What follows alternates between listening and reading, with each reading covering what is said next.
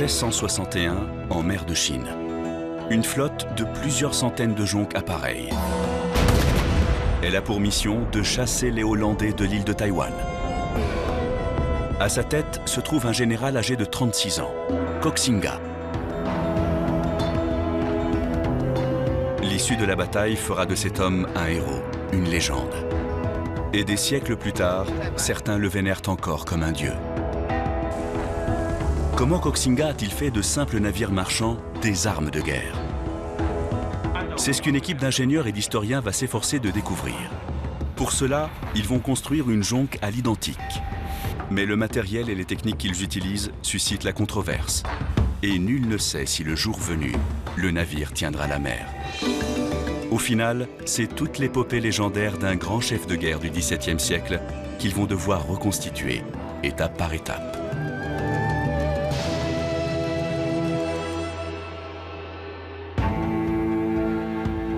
En ce début de l'année 1661, des centaines de navires armés quittent la province du Fujian, en Chine.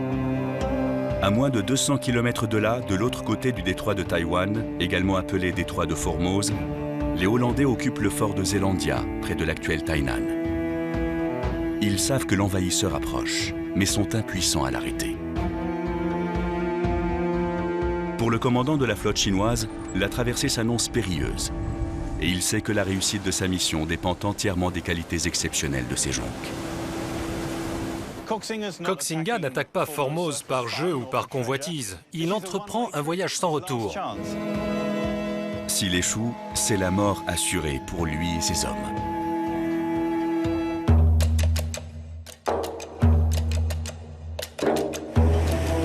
Tainan, sur l'île de Taïwan, compte près de 800 000 habitants.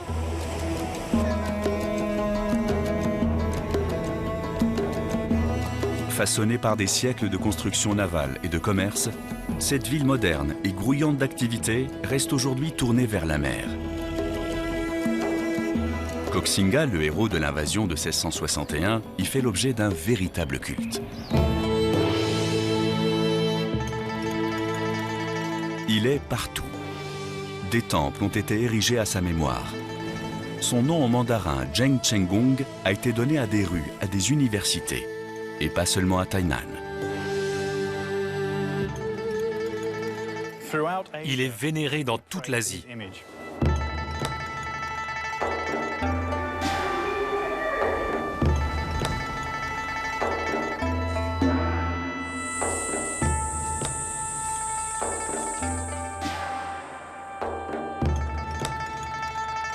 Rien qu'à Taïwan, des centaines de temples lui sont dédiés.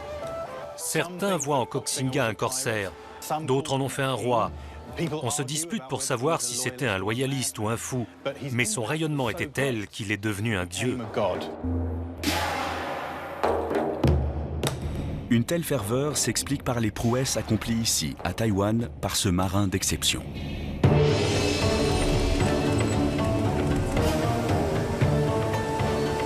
Le savoir-faire de Koxinga lui a valu une réputation d'invincibilité en mer. Avait-il un secret? C'est ce que vont tenter de découvrir des architectes navals qui ont été chargés par la municipalité de Tainan de construire la réplique exacte d'une jonque chinoise du XVIIe siècle.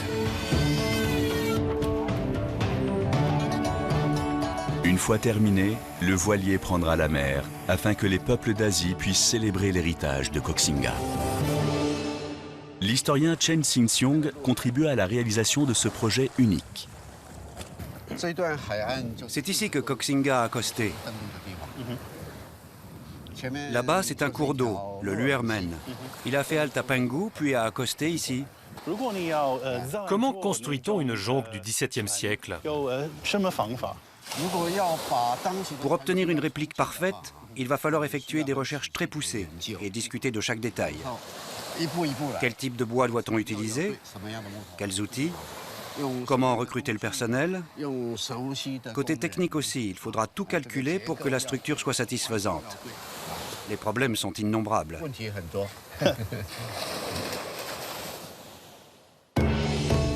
Le premier obstacle est de taille. Il n'existe aucun traité de construction des jonques chinoises traditionnelles. et l'équipe va devoir percer tous les secrets de ces voiliers avant de se mettre au travail. On ignore tout des techniques de construction navale chinoises, car aucun plan ne nous est parvenu. C'est au Japon, le pays de naissance de Koxinga, que l'équipe trouve sa première piste.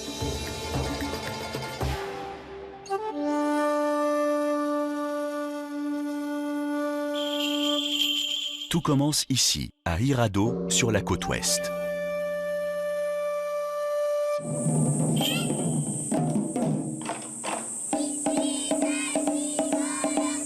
Chaque année, au mois de juillet, les habitants rendent hommage à Tei Seiko, le nom que les Japonais donnent à Koxinga.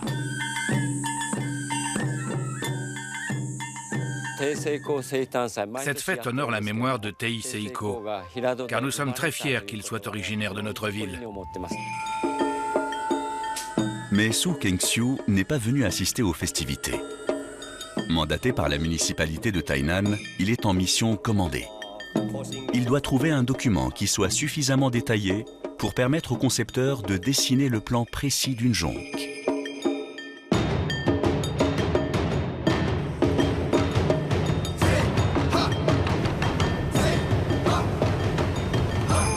Koxinga est né à Hirado en 1624.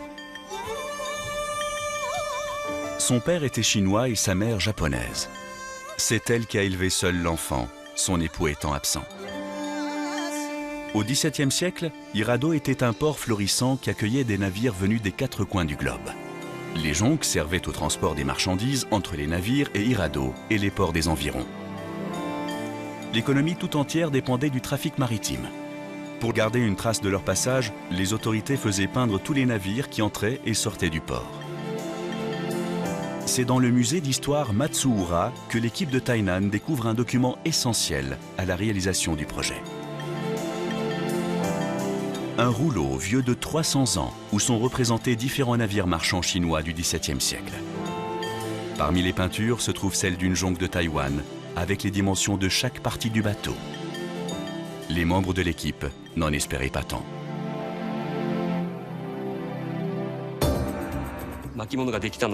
C'est une œuvre qui date du XVIIe siècle. La peinture de cette jonque sur rouleau est unique au monde. Personne n'aurait imaginé qu'elle servirait un jour à construire une réplique. L'équipe doit maintenant trouver le moyen de dessiner, à partir de cette simple peinture, le plan précis d'un bateau de près de 30 mètres de long. Je suis allé me renseigner auprès de nombreux savants et experts, y compris au Japon. Et quand j'ai vu l'original, ça m'a conforté dans l'idée que ce projet valait la peine. Mes interlocuteurs m'ont pris pour un fou. Su Kengxiu dispose d'un atout précieux. Un homme capable de dresser un plan à partir d'une peinture. C'est l'un des meilleurs constructeurs de maquettes d'Asie. Et c'est aussi un spécialiste des jonques chinoises traditionnelles. Il s'appelle Cheng Shuming et il a été chargé de confectionner un modèle réduit du voilier afin d'en vérifier la navigabilité. D'une forme très caractéristique, la jonque est le symbole par excellence, partout dans le monde, du commerce asiatique. Elle est aussi très fonctionnelle. Et ses qualités de navigation ne se démentent pas depuis le Moyen-Âge. La coque, extrêmement solide, est capable de résister aux typhons qui s'abattent périodiquement sur la région. Un grand explorateur italien du XIIIe siècle avait relevé une autre particularité essentielle de la jonque.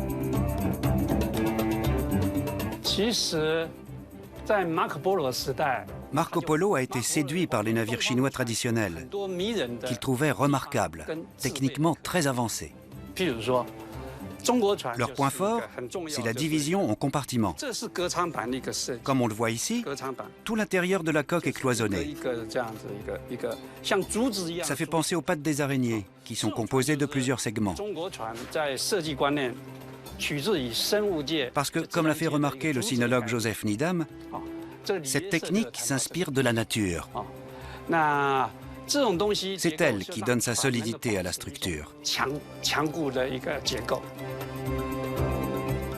Le gréement de la jonque est composé de voiles renforcées par des lattes. Avec le gouvernail, elles assurent la propulsion et la manœuvre du navire.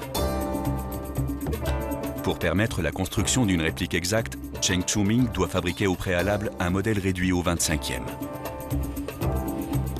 Des semaines durant, il étudie des documents et des peintures et dresse toute une série de plans détaillés. Puis il peut enfin s'attaquer à la construction de la maquette.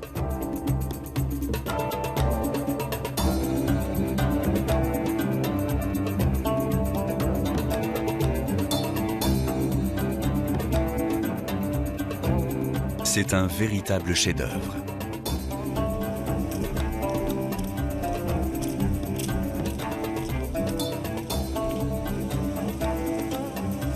Cheng Chu-ming doit s'assurer maintenant que sa maquette tient la mer. Il procède à une batterie de tests afin d'en vérifier la structure, la navigabilité et la résistance aux intempéries.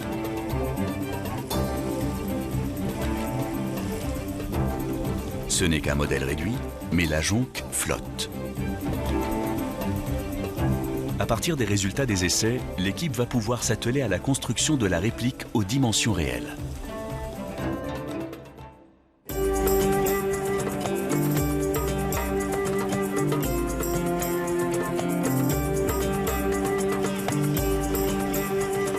Le Fujian est une province chinoise dont la tradition maritime remonte à plusieurs millénaires. Parti de Hirado pour rejoindre son père installé en Chine, Koxinga a passé le plus clair de sa vie ici. Et son souvenir y est omniprésent. Sous forme de statues géantes, comme ici à Quanzhou, mais aussi dans le théâtre de marionnettes chinois. Il sera même le super-héros d'un film d'animation actuellement en cours de réalisation. Si les habitants de la région vénèrent Zhen Chenggong et utilisent autant son image, c'est parce qu'ils le considèrent comme un héros. À la tête d'un millier de jonques, se livrant au commerce aussi bien qu'au pillage, Koxinga et son père ont bâti un véritable empire maritime. Zhen Chenggong, c'est la quintessence du courage et de l'esprit de conquête des habitants du Fujian.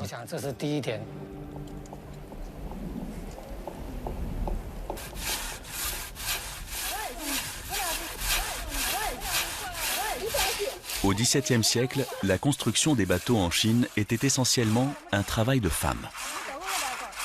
Aujourd'hui encore, ce sont elles qui réparent les vieilles jonques à la main, selon des méthodes éprouvées par le temps.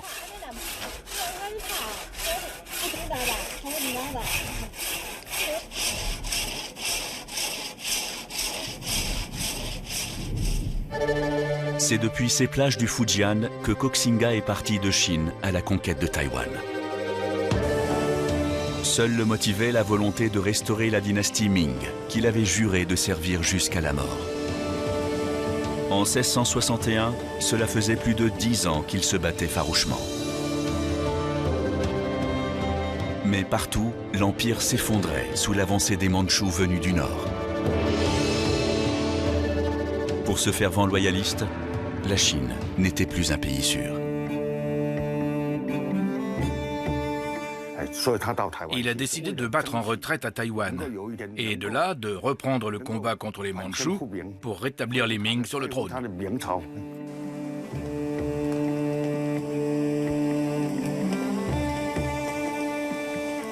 Afin de mener à bien son projet, il devait d'abord chasser les Hollandais de Formose. Et pour cela, il lui fallait un plan d'attaque. He Bin, un transfuge chinois de la Compagnie hollandaise des Indes orientales, avait réussi à rallier clandestinement la Chine, emportant avec lui une carte du fort de Zelandia. Koxinga ne pouvait espérer mieux. Taïwan était désormais à sa portée et il la reprendrait aux Hollandais.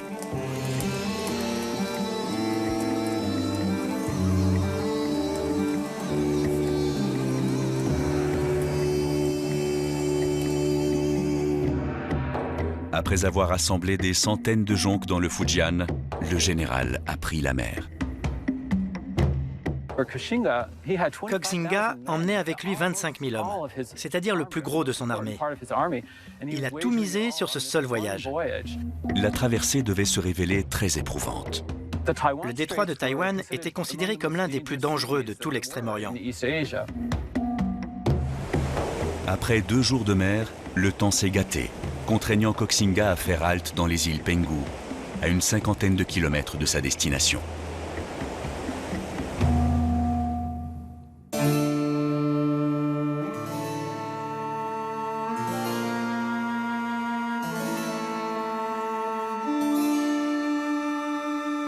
Le général a prié les dieux de lui accorder leur aide. Et ces jonques ont réussi à vaincre les dangers de la traversée.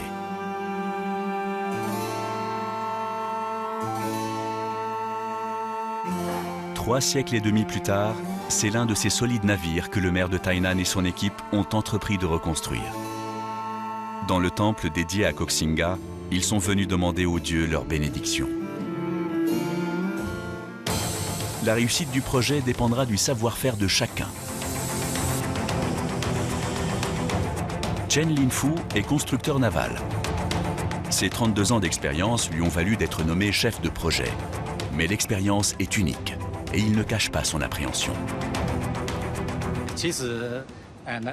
Beaucoup de choses m'inquiétaient quand j'ai pris la tête des opérations. Parce que ce n'est pas qu'une question de technique et d'expérience professionnelle. On ne peut pas mener à bien ce projet sans tenir compte de sa dimension historique et culturelle. Et ces craintes sont justifiées. Qu'il s'agisse du matériel utilisé, de la conception ou de la fidélité à l'histoire, il n'a pas droit à l'erreur. Le gouvernement taïwanais a également recruté une équipe d'ingénieurs et d'historiens chargés d'apporter ses conseils techniques à chaque étape de la construction. Mais si les historiens se soucient principalement de l'exacte conformité de la réplique avec l'original, les ingénieurs, eux, cherchent avant tout à construire un navire solide et fiable. Les discussions vont bon train.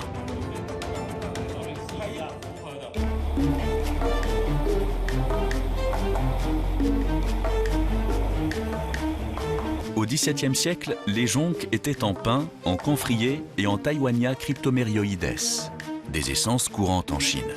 La réplique sera quant à elle construite en acacia, en choréa et en hêtre d'Asie. C'est cette essence, réputée pour sa robustesse, que le chef de projet Chen Linfu a choisi d'utiliser pour la quille. Mais le hêtre d'Asie est également un bois très lourd, ce qui oblige à modifier les plans de Chen Shuming et compromet la fidélité historique du projet.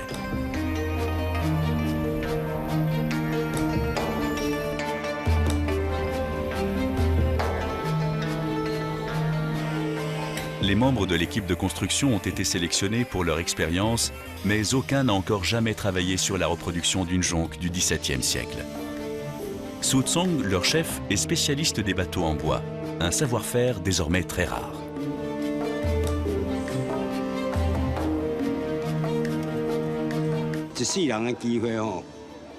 Une chance pareille, ça n'arrive qu'une fois dans une vie. J'ai plus de 80 ans maintenant et je suis très heureux d'être encore capable de diriger une équipe.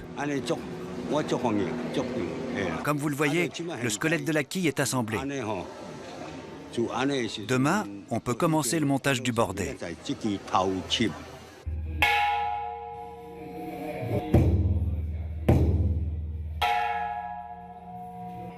Un événement important a lieu aujourd'hui à Tainan, la mise en place de la quille. La procession quitte le temple dédié à Koxinga, dont la statue est transportée à travers les rues de la ville jusqu'au site de construction. La nouvelle jonque doit attirer les touristes, mais elle jouera également le rôle d'ambassadeur culturel en mer de Chine méridionale. Aujourd'hui, la plus ancienne ville de Taïwan annonce officiellement au monde le lancement du projet.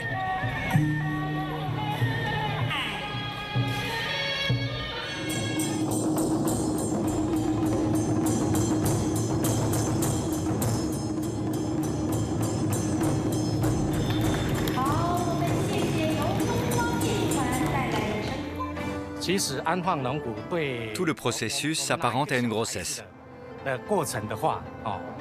La mise en place de la quille en est la première étape, qu'on peut comparer au moment où la mère apprend qu'elle porte un enfant. Quant à la mise à l'eau du bateau, elle équivaut à la mise au monde d'un nouveau-né. Nous sommes les témoins de cette évolution et nous en sommes fiers et heureux. L'initiateur du projet préside la cérémonie. Ce navire symbolise le renouveau de Taïwan. Sans lui, sans son rôle pionnier, notre île n'aurait pas le visage qu'elle a aujourd'hui. Son évolution, son développement depuis le XVIIe siècle, aurait été complètement différent.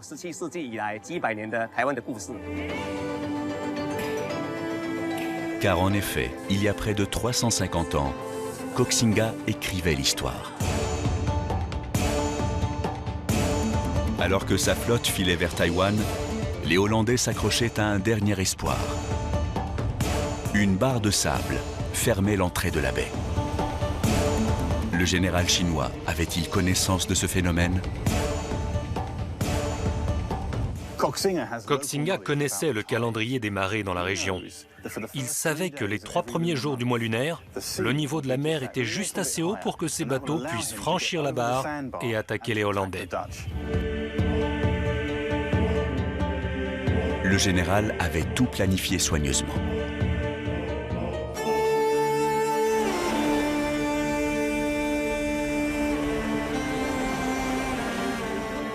Il savait qu'à la nouvelle lune, le coefficient de marée serait suffisamment élevé pour permettre à sa flotte de passer à l'offensive. À l'aube du 30 avril, Koxinga investissait le port occupé par les Hollandais. Koxinga ne pouvait pas tout simplement se déclarer le nouveau maître de Formose. Il devait d'abord vaincre cet obstacle, le fort de Zeelandia. En 1661, c'était une énorme forteresse, bourrée d'artillerie, d'eau et de nourriture. Elle pouvait tenir un siège très très long. Plutôt que d'attaquer le fort de Zeelandia, Koxinga avait prévu de prendre d'assaut le fort Providencia, plus petit et plus vulnérable. Mais le tir nourri des vaisseaux ennemis l'a obligé à livrer bataille en mer.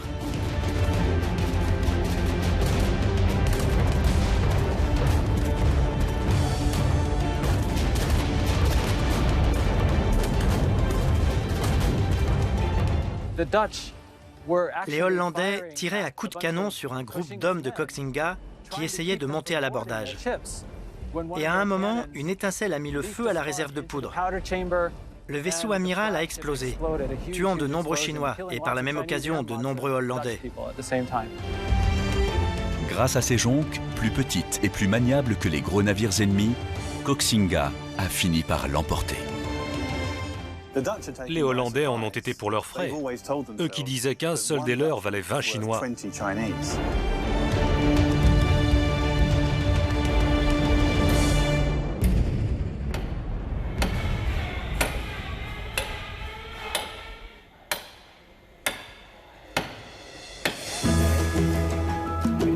À Tainan, l'équipe de construction apporte un soin particulier à la forme et à la structure de la jonque.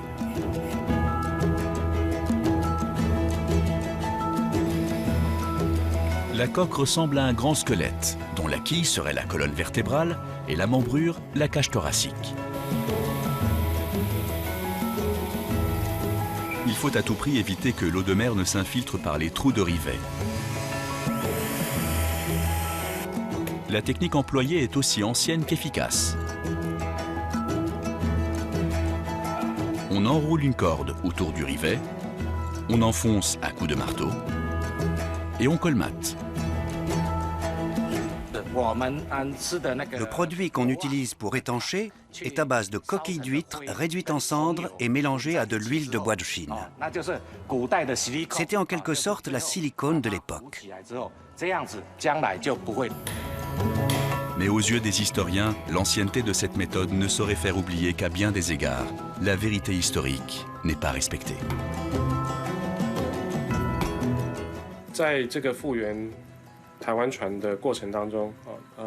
Les constructeurs de la réplique se sont éloignés de l'original. Et les différences concernent essentiellement 3 domaines. Tout d'abord, les dimensions de la quille sous la ligne de flottaison. La largeur et le tirant d'eau ont été quelque peu modifiés. Ensuite, les matériaux utilisés ne sont pas toujours les mêmes. C'est le cas des essences de bois. Et enfin, le troisième point, les outils et la méthode de travail.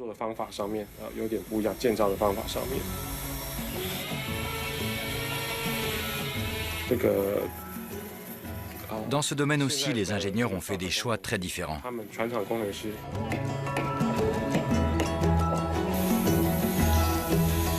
Ces vis, par exemple, sont au cœur du débat. Voilà l'objet de la discorde, une simple vis. Mais quand on construit un voilier selon les techniques du XVIIe siècle, on est censé utiliser un clou. C'est ce qui fâche autant les historiens. Je suis de tout cœur avec eux, étant moi-même un historien. Malheureusement, on ne peut jamais être fidèle à 100% à l'histoire. Le fort de Zeelandia, par exemple, n'est plus ce qu'il était. Il s'est ensablé et ce n'est plus une île. La ville l'a absorbé.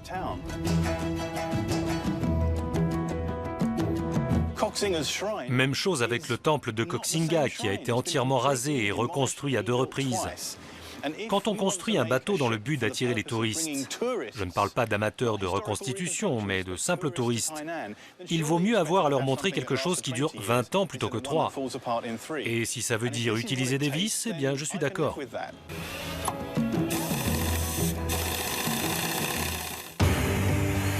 Pour le moment, les historiens ont du mal à faire entendre leur voix. De quoi parle-t-on? De construire la réplique exacte d'une jonque du XVIIe siècle et donc de respecter la vérité historique. N'oublions pas que le projet de la municipalité de Tainan avait pour objectif prioritaire la fidélité à l'histoire. Ces voiliers, construits selon des techniques traditionnelles, ont sillonné les mers pendant 1 millier d'années. Et on prétend que cette jonque ne pourra pas traverser l'océan? C'est absurde. En signe de protestation, l'historien Chen Xin-Xiong et le maquettiste Cheng Shuming quittent le projet. Le travail va devoir se poursuivre sans eux.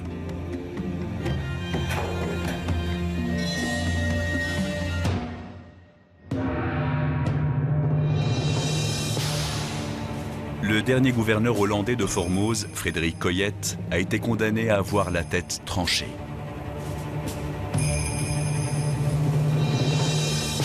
Il a échoué à stopper l'ennemi. Un crime puni de mort.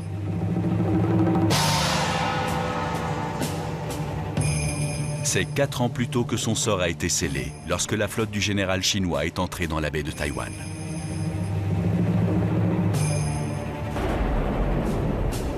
Victorieux, Koxinga a exigé la reddition immédiate du fort Providencia.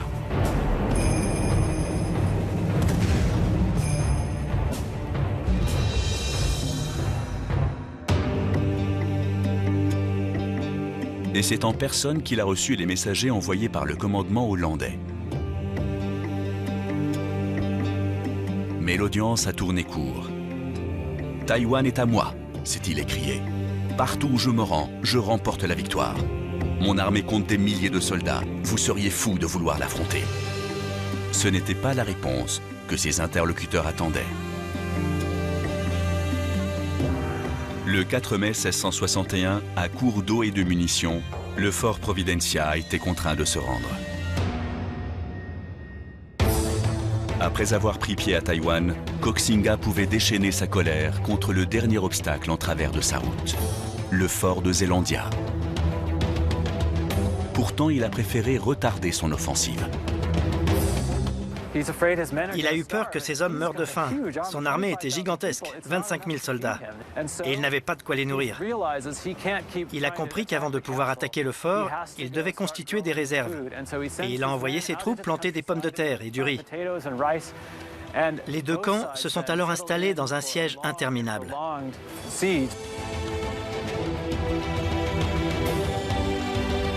Ce répit, Koxinga l'a mis à profit pour recueillir toutes sortes de renseignements. Car il savait que la bataille serait rude. Le fort de Zeelandia est en réalité composé de 2 structures imbriquées l'une dans l'autre. Le château supérieur et le château inférieur. Le général et son armée n'avaient encore jamais attaqué ce type de fortification datant de la Renaissance. Les murs sont hauts et inclinés, et depuis le sommet, ses défenseurs jouissent d'une vue à 360 degrés. Cette forteresse, a priori imprenable, a pourtant un point faible. Une redoute, un ouvrage de fortification détaché construit en hauteur sur une dune de sable. De la redoute, on peut aisément tirer sur le fort. Koxinga le savait, tout comme il savait que la prise de cette petite fortification prendrait du temps. Mais il était patient. À Tainan, l'équipe de construction est ralentie dans ses travaux.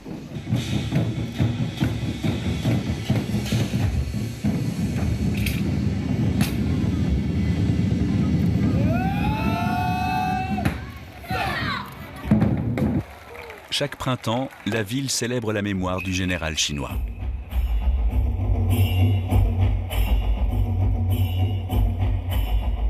La fête, qui dure 3 jours, commence le 30 avril, date de l'arrivée de Koxinga à Taïwan.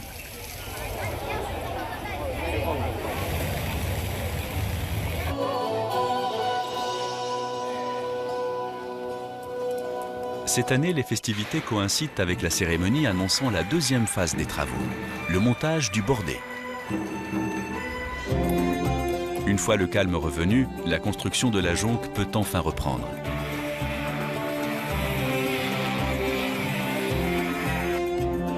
Les planches du bordé sont fixées à la membrure.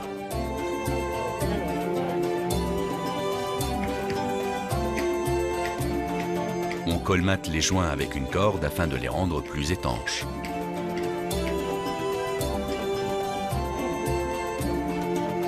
Le pont peut ensuite être posé.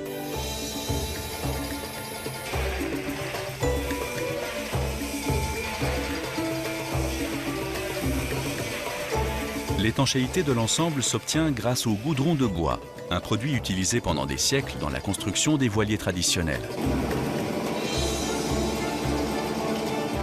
Le moment est venu de décorer l'extérieur de la jonque.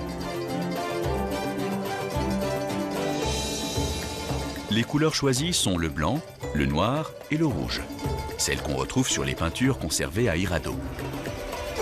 L'équipe a tenu à reproduire un autre détail important, les yeux, qui selon la tradition protègent les marins contre les esprits malfaisants.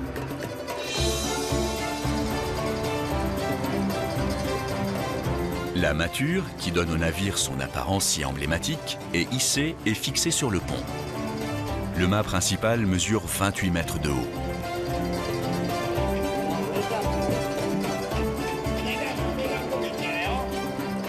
La jonque se reconnaît aussi à sa voilure.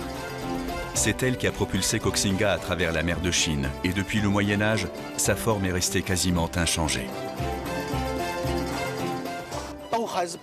Nos voiles sont en tissu et elles sont cousues avec du fil et une aiguille, exactement comme les voiles chinoises traditionnelles.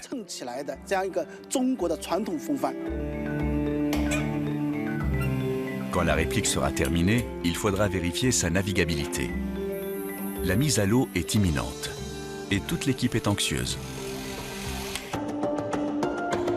Voilà 9 mois que le siège avait commencé. 1700 Hollandais s'entassaient à l'intérieur du fort. Des soldats, des femmes et des enfants dont beaucoup étaient malades ou blessés. Un événement des plus inattendus allait précipiter leur reddition. Un Allemand alcoolique a décidé de changer de camp. Il s'est allié à Koxinga et lui a donné quelques excellentes indications sur la façon de lancer l'assaut final contre le fort. La redoute construite à l'écart offrait à Koxinga une position stratégique avantageuse, un endroit d'où tirer sur le fort et alentour.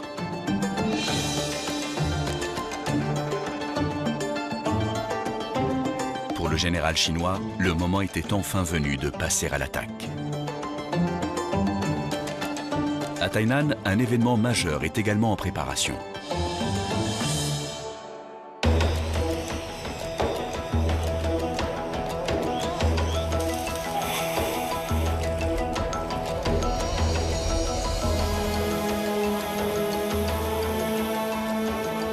Alors que sur le site de construction, toute l'équipe travaille d'arrache-pied au lancement de la jonque, dans les rues de la ville, c'est déjà l'effervescence.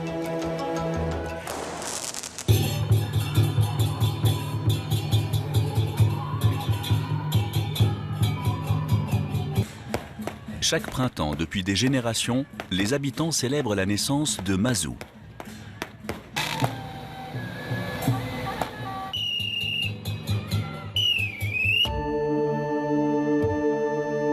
Mazu est la déesse de la mer, vénérée à Taïwan, à Hong Kong et dans toutes les régions côtières de la Chine. Aujourd'hui encore, ils sont des millions à se tourner vers elle pour lui demander protection et à prier dans les innombrables temples qui lui sont dédiés.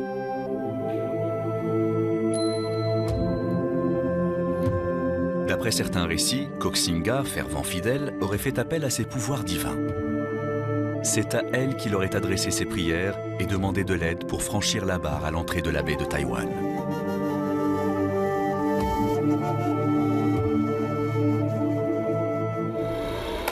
Aujourd'hui, les habitants de Tainan portent Koxinga et Mazu à travers les rues de la ville.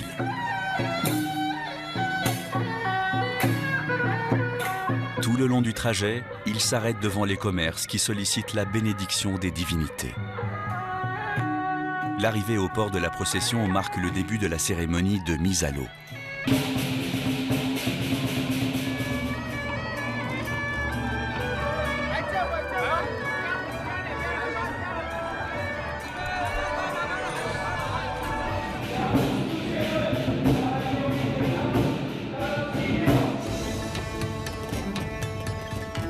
Le chef de projet Chen Linfu est aussi tendu que son équipe.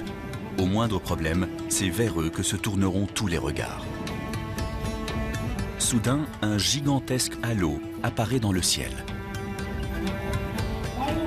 Pendant quelques instants, l'attention du public se détourne de la cérémonie. C'est un signe très spécial. Les dieux bénissent le bateau. Peut-être est-ce Mazu qui lui souhaite bon vent?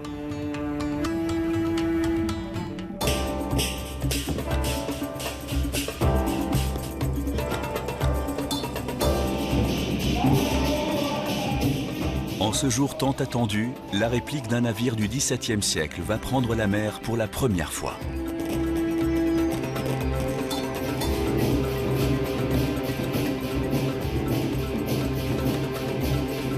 En alliant tradition et modernité, les constructeurs ont pris un risque.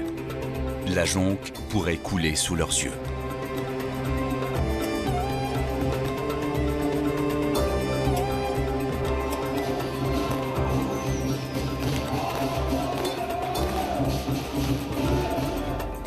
L'essai se révèle concluant. Mais le voilier n'est pas encore autonome. Un bateau de pêche doit le remorquer jusqu'à un dock à proximité. Jugée peu sûre, la propulsion à voile a en effet été écartée. Elle pourrait rendre le navire incontrôlable et provoquer un accident. Un risque que les autorités de la ville et Chen Linfu ont refusé de prendre. Ils ont décidé d'ajouter un élément qui n'existait assurément pas du temps de l'invasion de Taïwan, un moteur. Pour les historiens, c'est le coup de grâce. Les jonques de Koxinga sont des navires fascinants. Fallait-il vraiment ajouter un moteur? Une réplique exacte serait aussi apte à naviguer que les jonques du XVIIe siècle qui dominaient les mers. Tant que le moteur ne sera pas installé, le navire restera bloqué dans le port.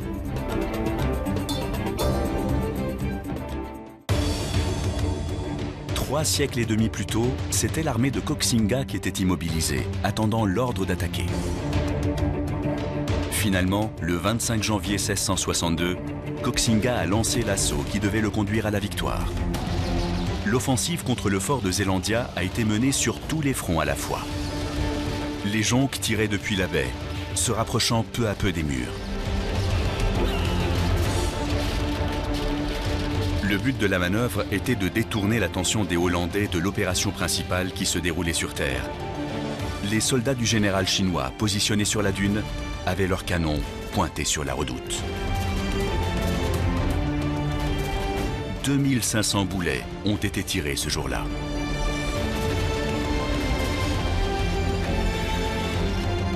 La fortification ayant été détruite, ses occupants ont dû battre en retraite et se réfugier dans la forteresse principale.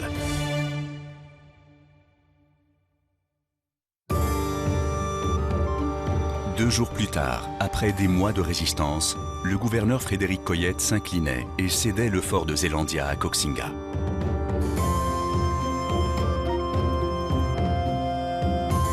Voilà ce que disait son dernier message.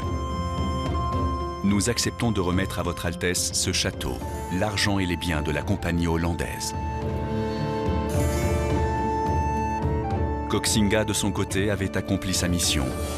Il avait transporté son armée en jonque jusqu'à Taïwan et il était venu à bout d'une des plus grandes puissances européennes du XVIIe siècle.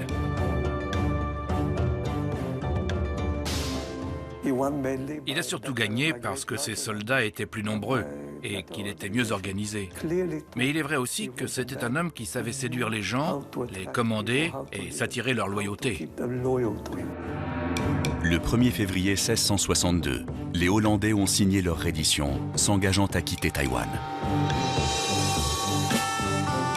4 ans plus tard, leur dernier gouverneur se retrouvait la tête sur le billot.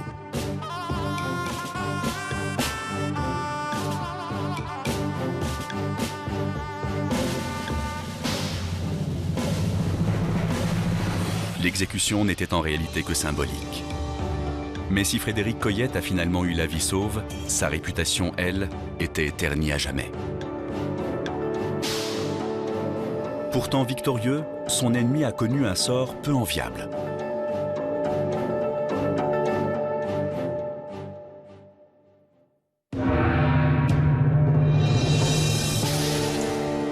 Quelques mois à peine après s'être emparé du fort de Zeelandia, Koxinga s'est éteint à l'âge de 37 ans. Nul ne sait quelle maladie a eu raison de lui. Le paludisme peut-être, ou bien la démence. Le général chinois avait combattu l'envahisseur mandchou pendant près de 20 ans, dans l'espoir de restaurer la dynastie Ming, qu'il avait juré de défendre jusqu'à la mort. Encerclé par l'ennemi à Fujian, il avait mis le cap à l'ouest, à la tête de plusieurs centaines de jonques et de 25 000 soldats.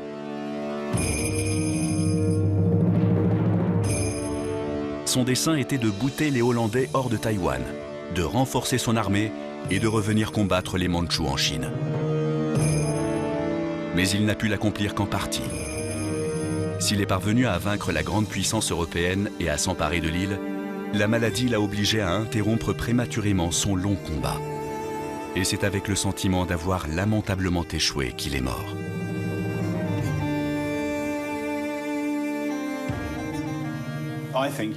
Le chagrin l'a tué. Il s'est levé de son lit, il est allé en titubant jusqu'à la pièce du château où il gardait les récompenses remises par les princes Ming.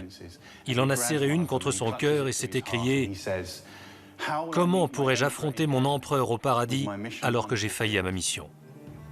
Et il est mort.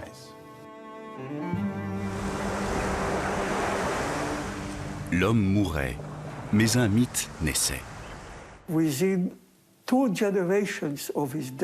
En l'espace de 2 générations après sa mort, la nouvelle dynastie Qing l'a érigé en modèle de loyauté.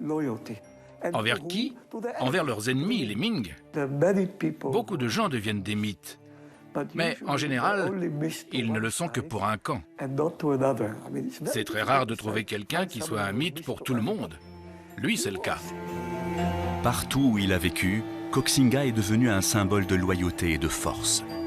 Son pays natal, le Japon, a fait de lui un héros. En Chine, où il a passé le plus clair de sa vie, il est l'homme qui n'a jamais renoncé à sa mission, un parangon de courage. À Taïwan, enfin, où la maladie l'a terrassé et où, suivant ses traces, beaucoup de Chinois se sont installés, il est considéré comme le père fondateur de la nation. Koxinga est enterré dans le Fujian, cette province chinoise où a commencé la fabuleuse épopée d'une armée hors norme.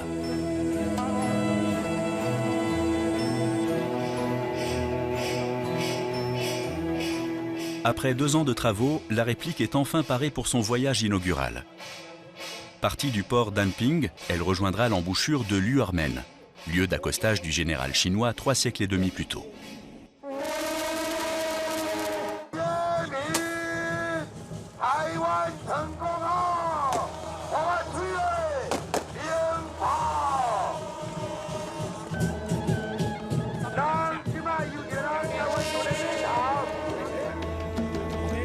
La cérémonie se déroulera sous les bons auspices de la divinité Koxinga.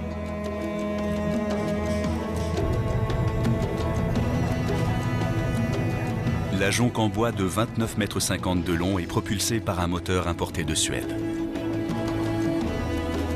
Le système de navigation est électronique et des générateurs ont été installés dans le ventre du navire.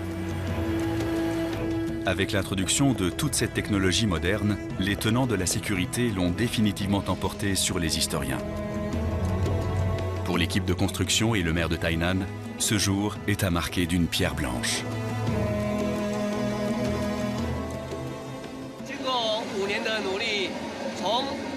Les efforts de ces 5 dernières années ont rendu possible l'impossible. Ce bateau sillonnera la mer en signe d'amitié. Il sera notre ambassadeur culturel. Il commencera par contourner l'île de Taïwan. Ensuite, il se rendra au Japon, à Hirado, où est né Koxinga. Puis à Quanzhou, en Chine, où il a grandi. Et pour finir, à Xiamen et à Kinmen, où il a préparé son armée et planifié son attaque contre Taïwan. Les historiens sont unanimes pour dire que Koxinga était le roi des mers, l'homme qui, avec ses navires marchands du XVIIe siècle, est parvenu à chasser les colons européens de Taïwan.